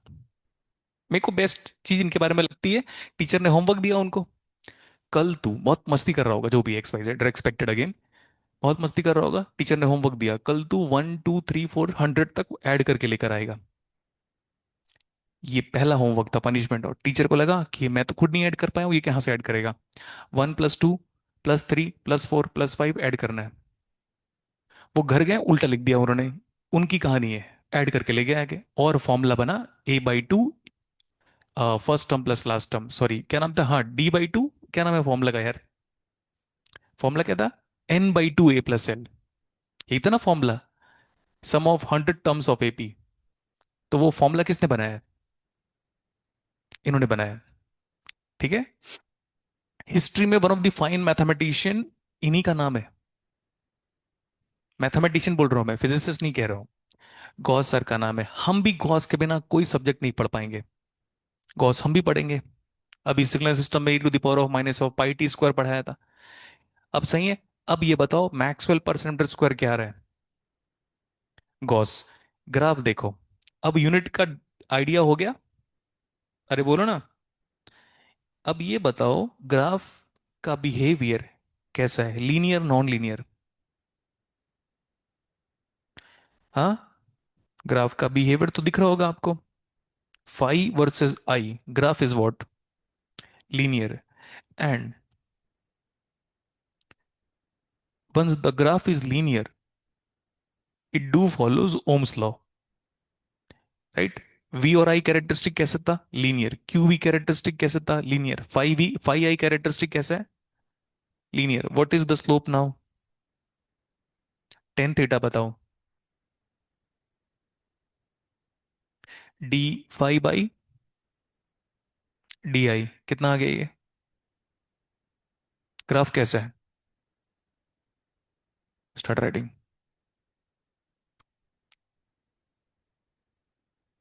अच्छा, पीछे का बचा।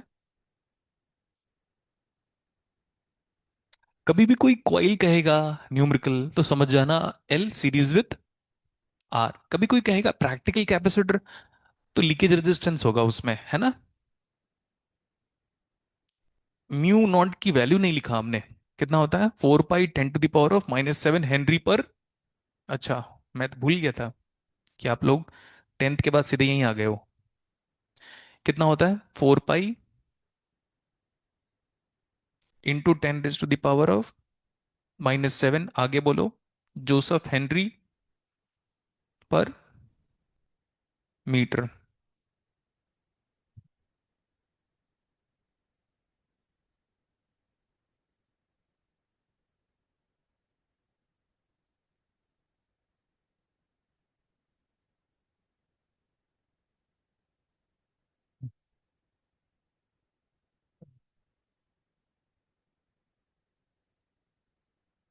We are not going to talk about Faraday's law, but yes, will be going to talk about Faraday's law in magnetic coupling. ये नहीं कह रहा हूं नहीं पढ़ाऊंगा, पढ़ाऊंगा, लेकिन टॉपिक क्या होगा? Magnetic coupling. अभी हम पढ़ रहे हैं conductively coupling. Nobody knows this word. वो उसी को पता रहेगा जिसने अलेक्जेंडर स्टार्ड को लाइन बाय लाइन पढ़ा हुआ है। हम पढ़ रहे हैं कंडक्टिवली कपल्ड नेटवर्क, मतलब वायर के थ्रू कनेक्शन होगा।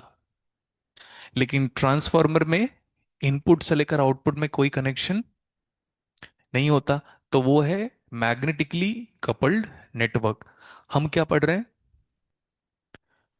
Conductively coupled network. सब लिखाऊंगा मैं, लेकिन अभी नहीं।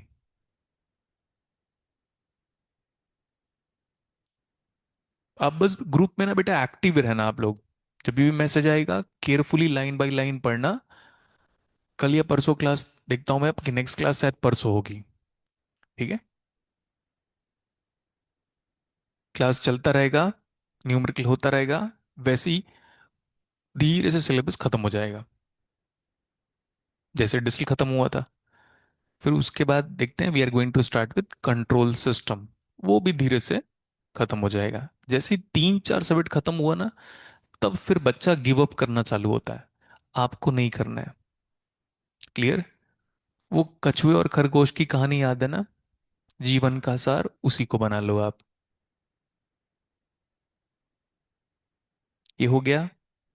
अब यूनिट में कंफ्यूजन नहीं होगा। देखो, हमने गॉस पढ़ लिया, मैक्सवेल पढ़ लिया, टेस्ला भी पढ़ लिया।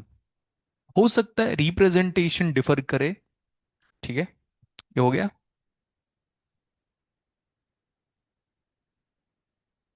हेनरी पर मीटर, 4 पाई × 10⁻⁻⁷ हेनरी पर मीटर।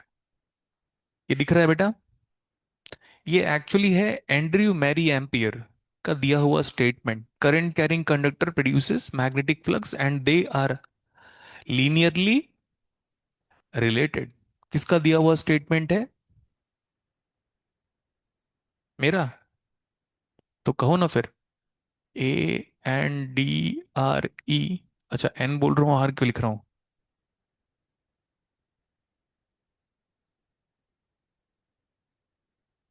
हम्म, इनका दिया हुआ है। बट पहली बार दिया था, लीनियर रिलेशन नहीं था उस टाइम पे। तो था वो हंस Christian Orsted.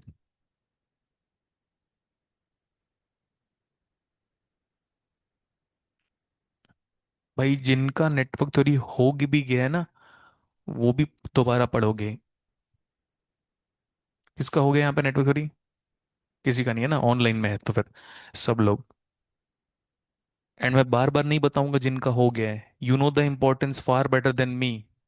We are going to use it in analog electronics.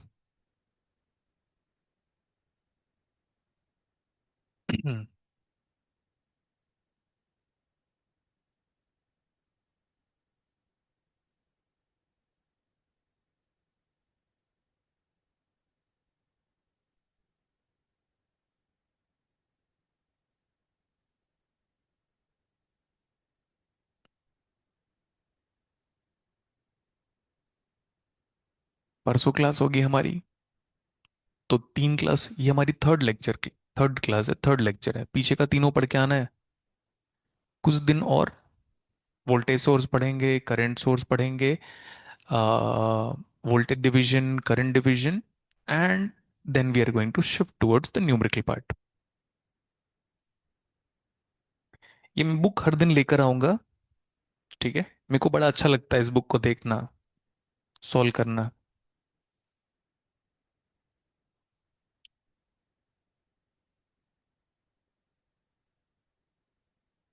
वैसे ही एक डोनाल्ड नीमैन की बुक है, उसको देखना, समझना, पढ़ना मुझे बहुत पसंद है। वैसे फिर ओगाता की बुक मेरे को देखना, पढ़ना, समझना बड़ा पसंद आता है। हर सब्जेक्ट में एक बुक बड़ा फैसिनेटिंग लगा है मुझे।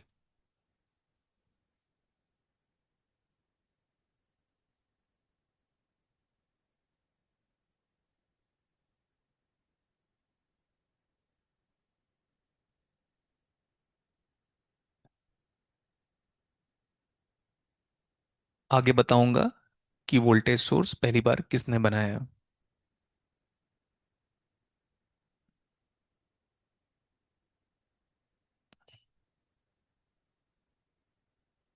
हो गया।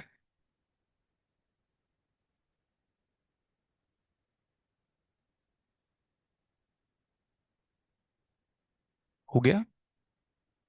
बेटा जल्दी लिखने का काम, थोड़ा आपको स्पीड बढ़ाना पड़ेगा।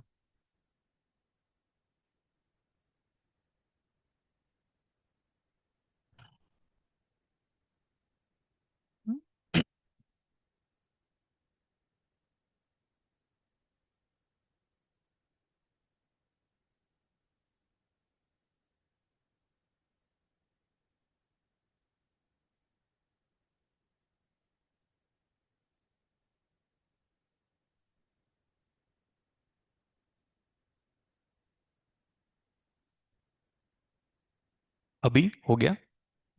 एक इक्वेशन डिराइव कर लेते हैं, फिर जो बेसिक न्यूमेरिकल था वो कर लेंगे हम। चलें आगे। फेरेडे सर का स्टेटमेंट था ये, ईएमएफ, एनीवन। हमने जो ट्वेल्थ क्लास में फेरेडेज लॉ पढ़ा था, हम आपको पढ़ाएंगे मैग्नेटिक कपलिंग में। लेकिन आप ये बताओ, EMF is given by, minus sign छोड़ दो अभी, है ना, अपोजिंग नेचर को रिप्रेजेंट करता है। हाँ वो भी सही है, एन इंटू, हम उसको भी यूज करेंगे। अभी हम क्या लिख रहे हैं, Faraday's law, EMF is given by D phi by, phi कितना था बताओ, एल आई था।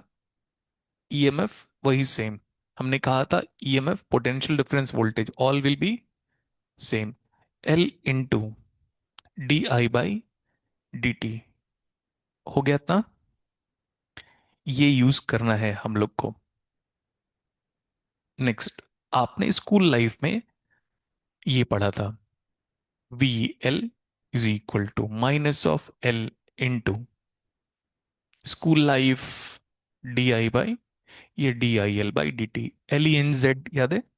लॉरेंट्स लेंस नाम है, शायद मैं भूल रहा हूं, मेरे को हर फिजिसिस्ट या मैथमेटिशियन का नाम याद करना अच्छा लगता है, स्पेलिंग याद नहीं होता मेरे से। हाँ नाम बताओ। L E N Z apostrophe S ना, स्पेलिंग क्या है, यही है। हाँ लेंज लॉ। लेंज लॉ मतलब हमारा एक्टिव कन्वेंशन, लेंज लॉ मतलब हमारा active convention.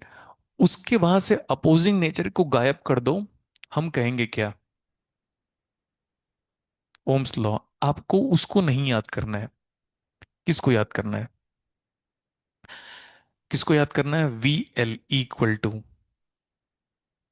L into D I L by D T. कितने बार टर्न किया देखना एक बार, एक, दो, तीन, तीन और चार बार से टर्न ज्यादा मत करना, दो बार टर्न करने का मतलब इनकैंडेसेंट लैम्प की तरफ जाओगे।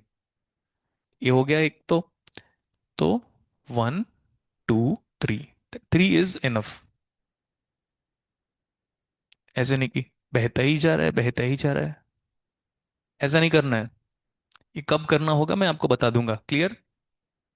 हम्म। Let me have a current flowing through the inductor like this, ये सही है इंडक्टर का current, I L. Passive convention के मुताबिक करंट की डायरेक्शन पे पोलैरिटी ऑफ वोल्टेज क्या होता है, ये सही है।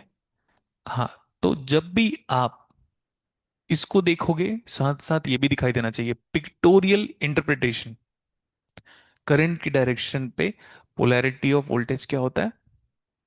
हाँ, लेकिन नाम भी जानना है सर, मेरे को तो याद है, भाई मेरे से ज्यादा आता है क्या। हाँ तो ध्यान रखो आप, क्या नाम है इसका,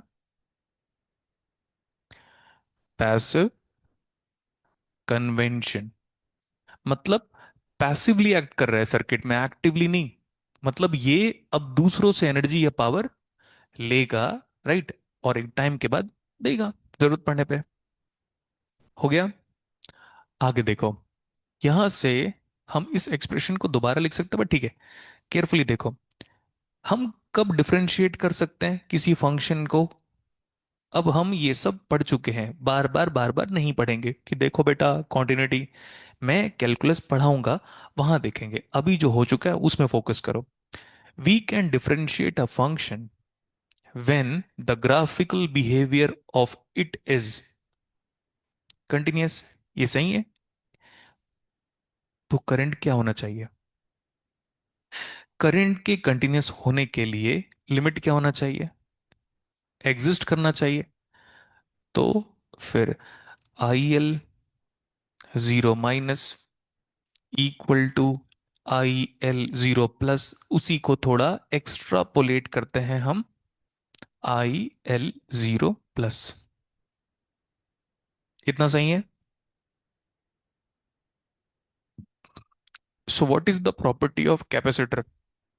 आप मत कंफ्यूज होना, ये मैं पहले भी करता आया हूं। क्या चल रहा है? इंडक्टर पूछा क्या? हाँ बताओ। सडन चेंज इन, हाँ, तो VC0 minus equal to VC0 plus. What is the property of inductor? IL0 minus is equal to IL0 plus. So inductance is a property of inductor which opposes the sudden or the instantaneous change of, अब भूलना नहीं है जिंदगी भर, school life में energy stored across inductor का formula सबको पता है, ½ LI स्क्वायर। ये नहीं याद है? कैपेसिटर के अक्रॉस एनर्जी स्टोर्ड का फॉर्मूला ½ CV स्क्वायर था। अब बोलो ये याद नहीं है? याद है। हम डिराइव करते हैं वेट, तो कैपेसिटर में वोल्टेज आ रहा है, ऐसे याद रहेगा? याद रहेगा ना ऐसे? और ½ LI स्क्वायर कहाँ आ रहा है? इंडक्टर में। तो इंडक्टर की प्रॉपर्टी किसके लिए और कैपेसिटर की प्रॉपर्टी किसके लिए? मैं याद करने का तरीका बताया, but that's not the concept. Concept ये है जो लिखा है, याद रहेगा? वो तो याद करने का तरीका बता रहा हूं कि कभी ना भूलो आप। चलेगा अभी? कहाँ से लिखना स्टार्ट करना है? यहीं से लिखो। somebody विल से कि सर फेराडे लॉ गलत पढ़ा रहे हैं। फेराडे लॉ पढ़ाया जाएगा आपको कहाँ पे? मैग्नेटिक कपलिंग में। कैलकुलस पढ़ते रहना है आपको, यही बेस्ट मौका है, आप कैलकुलस पढ़ के रखिए। Limit, continuity, differentiability.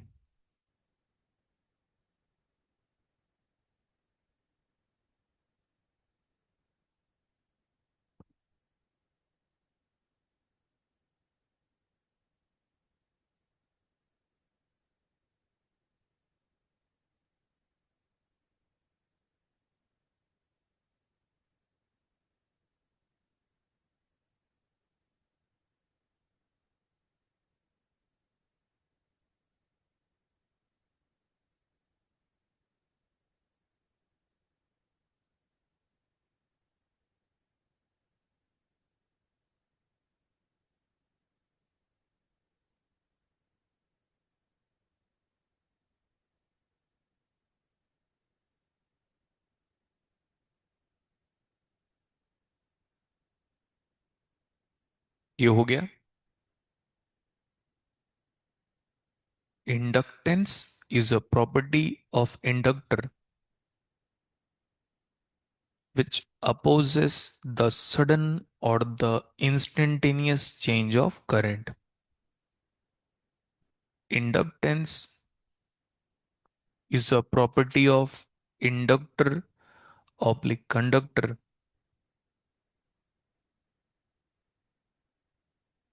which opposes the sudden or the instantaneous change of current.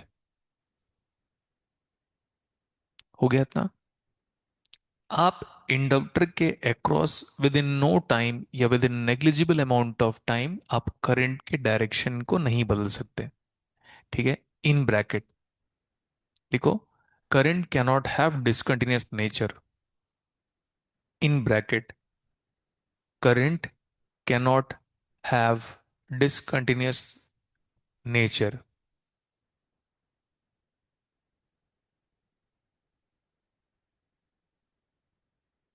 अब सही है इतना? ये इक्वेशन दिख रहा है, VL = L इंटू DIL/dt। यहां से अगर हम IL निकालें, IL कितना आ जाएगा? अपनी कॉपी देखो। 1/L, इंटीग्रेशन की लिमिट आपको पढ़ा चुका हूं बेटा। ये क्यों है पहले बताओ? ये है इंडक्टर में आज से 2 घंटे पहले, 2 दिन पहले, है ना, 6 सेकंड पहले कितना करंट फ्लो हो रहा था। तो ये आपको बताएगा कौन? इंस्टेंटेनियस नहीं बेटा, इनिशियल लिमिट। यस। आपको क्या लगता है बुक में ये सब गिवन है? नहीं, ये तो पढ़ाते पढ़ाते सीखा है आदमी। फिर न्यूमेरिकल सॉल्व करता है, फिर नया नॉलेज गेन करता है ऐसे। एंड फिर जो आपने हार्ड वर्क किया, मतलब मैंने, कितना सही है? I L is equal to 1/L minus infinity to t. T क्या है? कहां तक आप इंडक्टर को चार्ज कर रहे हैं। आगे वी एल इंटू, हो गया। हमने इसको स्प्लिट किया होगा कैपेसिटर के केस में, तो आई एल की वैल्यू कितनी आ जाएगी? माइनस इन्फिनिटी, ऐसे ही था, से लेकर कहां तक। तो अब मैं जानबूझ के उसको ये कर रहा हूं, क्योंकि वो तो हो चुका है। जब वो कंसेप्ट सीख लिए तो कुछ नया सीखो। नहीं, कितना था ये? जीरो माइनस टाउ ले सकते हो क्या? हाँ। टाउ पॉजिटिव है या नेगेटिव है? गलत मत बोलना प्लीज। टाउ पॉजिटिव है या नेगेटिव है? मैं बोलूंगा let function X, F X बराबर एक्स, एक्स पॉजिटिव है या नेगेटिव है? वेरिएबल है ना, तो कुछ भी हो सकता है ना भाई। ऐसे थोड़ी ना कि सन का एज है तो पॉजिटिव ही आएगा, right? Speed of the boat, velocity of boat, negative भी आ सकता है। जीरो माइनस इन्फिनिटी से लेकर क्या लिया? टाउ। टाउ कोई भी टाइम का वैल्यू है, वो जीरो के बाद भी हो सकता है, जीरो से पीछे भी हो सकता है, फाइन। आगे लिख रहा हूं, देखो जरा। V L T into T लिख लिया, मेरा मन कर रहा था, plus 1/L integration from minus infinity. अब तो खत्म हो जाएगा। अब कहां से स्टार्ट करोगे? गुड। टाउ से टी। आगे V L into D T. देखो ये करंट ही है, ये करंट है ना। देखो कैसे करंट आ रहा है, prove that this one is current. ये आएगा वोल्टेज इनटू क्या आ रहा है, टाइम से इंटीग्रेट करोगे तो voltage into time divide by henry. कैसे साबित करोगे वो करंट है? Voltage into time by henry. Voltage into time की यूनिट बताओ मेरे को। Voltage into time, what is the value of voltage time graph? Flux आएगा। ये एक दो बार मैंने स्टूडेंट से पूछा है, हवा नहीं लगता उन लोग को। ये दिख रहा है, voltage time, what is the area of voltage time graph, हवा नहीं लगता लोगों को कि क्या है क्वेश्चन, ये गलत, क्योंकि नहीं बन रहा है। तो what about voltage time graph का area? Flux. And what is flux by I, कहां गया? अच्छा इधर नहीं है, किधर है?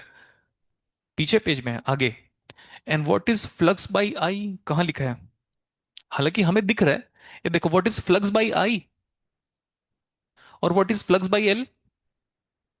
करंट। तो देखो अभी डायमेंशनली प्रूव कर दिया मैंने। What is area of voltage time graph? Flux, flux by L. Perfect. गलत नहीं कर सकते हम डायमेंशनली भी। हम्म। ये क्या है? ये है इनिशियल करंट। लेकिन अब आप इनिशियल करंट नहीं लिख सकते। ये करंट कब तक का है? लास्ट टाइम पे था minus infinity to zero, minus, तो लिखा था वीसी जीरो माइनस, तो ये आएगा। ये सर करंट तो है इंडक्टर का, लेकिन बताओ समझ में आया? लास्ट टाइम पे क्या था? वीसी बराबर 1/C integration IC D T, minus infinity to zero था। यहां का वैल्यू लिया था मैंने, तो ये आ गया। ये बता रहा है कि आप बताओ इंडक्टर का करंट उस टाउ टाइम पे कितना था। और अगर ये नहीं समझ में आ रहा है बेटा, तो पीछे का कंसेप्ट देखो, और यही सब समझना है, क्योंकि मैं एक ही कंसेप्ट को कितने बार दोहराऊंगा। अगर ऐसे देखो कि सर अगर एक्चुअली होता तो क्या होता, तो वो तो आप भी कर सकते हो। सर आई एल आप लिख रहे थे function of time, 1/L integration को स्प्लिट कर दिया था। ये इनिशियल लिमिट लेने की बात कर रहे थे आप, और आप बोले थे zero zero minus zero plus सब बराबर है, तो कुछ भी ले लो, और फिर यहां पे आया V L into D T, right? Plus किया 1/L, फिर ये जीरो टू टी, आगे क्या? V L into D T. ये मैं एक्सपेक्ट करूंगा आपसे लिखना, ये हमको पता है, अभी थोड़ी देर पहले पढ़ा है। तो ना बेटा इतना अंडरस्टैंडिंग चाहिए मुझे। और मैं कह रहा हूं ये समझ रहे हैं तो वो आपकी रिस्पॉन्सिबिलिटी है कि उन बातों को एक्सेप्ट करो, और खुद से भी लिखने की हैबिट डालो कि अगर एक लाइन सर चेंज कर रहे हैं तो हम भी चेंज करें। ये बताओ क्या लिखता था, यही लिखता था। इसका नाम क्या था? Initial current across inductor. Zero minus लिखना है सर, मैं जीरो लिख दिया तो नहीं, अब थोड़ा एक्यूरेसी पे ध्यान देंगे हम। ठीक है, जीरो माइनस ही इनिशियल कंडीशन है। ट्वेल्थ क्लास तक डिफरेंशियल इक्वेशन हमने एक्स ऑफ जीरो लिखा है, वाई ऑफ जीरो लिखा हुआ है। इनिशियल कंडीशन में अब हमें जीरो माइनस डालने की हैबिट होनी चाहिए। गेट एग्जाम पे आई एल ऑफ जीरो लिखा है, तो समझ जाओ क्या है वो, इनिशियल कंडीशन। हो गया? तो ये क्या है? Initial current. तो अब अपने गांठ बांध के अपने दिमाग में एक बात को ऐड कर लो। जब भी कैपेसिटर होगा, इनिशियल वोल्टेज की चर्चा होगी, और अगर नहीं दिया है तो जीरो। जब भी इंडक्टर का डिस्कशन हो रहा है तो इनिशियल करंट की डिस्कशन होगी, और अगर नहीं दिया है तो जीरो। फाइन। क्लास यहीं तक रखते हैं बेटा, धीरे धीरे चलेगा आराम से क्लास। स्लो एंड स्टडी याद रखना, खत्म हो जाएगा फिर सिलेबस। आपकी जिम्मेदारी क्या है? बस पढ़ के आओ। परसों मिलेंगे हम इसके बाद, ठीक है? और कल जिनका सिग्नल सिस्टम चल रहा है, चलेगा। मैं कुछ सिग्नल सिस्टम के कंसेप्ट को नेटवर्क थ्योरी में ऐड करवाऊंगा, जो जरूरी है हमें। आपको को होमवर्क दिया था मैंने क्या? Differential equation first order, 5 numerical की कॉपी में चाहिए मुझे।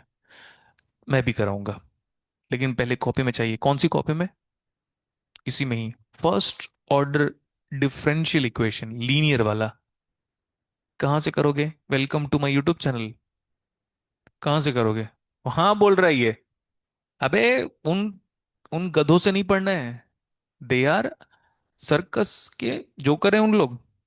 समझा अभी? सर्कस में जोकर कैसे करता है? हंसाने का काम करता है, पढ़ाता है सर्कस का जोकर। हम्म।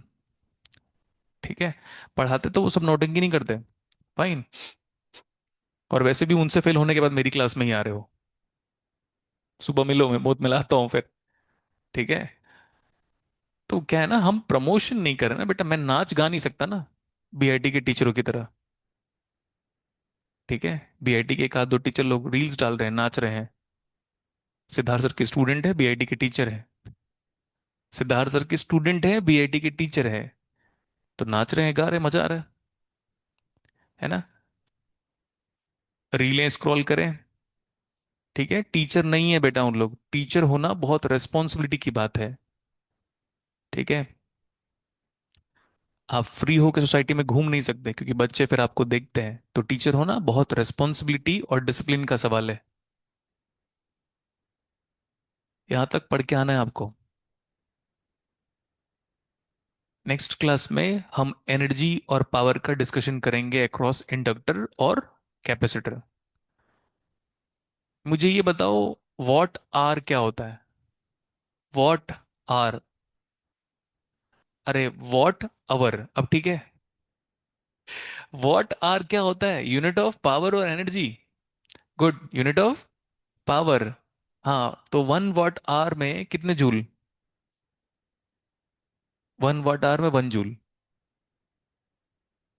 3600 जूल। अरे तो मैं दो एनर्जी को बोल रहा हूं मेरे भाई। 1 वॉट आवर, तुम लोग स्कूल लाइफ में नहीं पढ़े हो ये सब, हमें जरूरत पड़ेगी इसकी, है ना? 1 वॉट आवर में 3600 जूल, मतलब 3.6 किलो जूल। गेट एग्जाम में क्वेश्चन है इसका। अंडर एस्टिमेट मत करो आप 11th 12th की प्रॉपर्टीज को। ठीक है। हाँ, will discuss about it, energy and power in the next class. House the class? आप एफिशिएंसी देखना बस क्लास की। 3 दिन में इंडक्टर खत्म, कैपेसिटर खत्म, रजिस्टर खत्म। अपकमिंग क्लास में हम ओम्स तो पढ़ेंगे, हाँ। थोड़ा अगर लैपलास का डिस्कशन हुआ तो मैं लैपलास डिराइव नहीं कराऊंगा, क्योंकि मैं थक गया हूं कंट्रोल में डिराइव करके, नेटवर्क में डिराइव करके, सिग्नल में डिराइव करके। सुन लो ध्यान से एक बार बेटा। लैपलास का फॉर्मूला लिखाऊंगा मैं। फिर आप बोलोगे सर आप बिना डेरिवेशन के क्यों पढ़ा रहे हो? डेरिवेशन के लिए तीन तीन सब्जेक्ट है, 3 बार करेंगे डेरिवेशन, सेम डेरिवेशन 3 बार करेंगे हम। सेम डेरिवेशन बोल रहा हूँ, आइडेंटिकल। एक बार करेंगे हम सिग्नल में, अभी सिग्नल में पढ़ाया, फिर नहीं कराना चाहता मैं। तो मैं बताऊंगा कि वो फॉर्मूला क्या है, कैसे फिट बैठाना है, लेकिन डिराइव कब कराऊंगा? सिग्नल में। ठीक है। अरे नहीं है क्या क्यूआर कोड? पेटीएम करो। कहाँ गया? अच्छा आ रहा है। ग्रुप में भेज देना, ठीक है।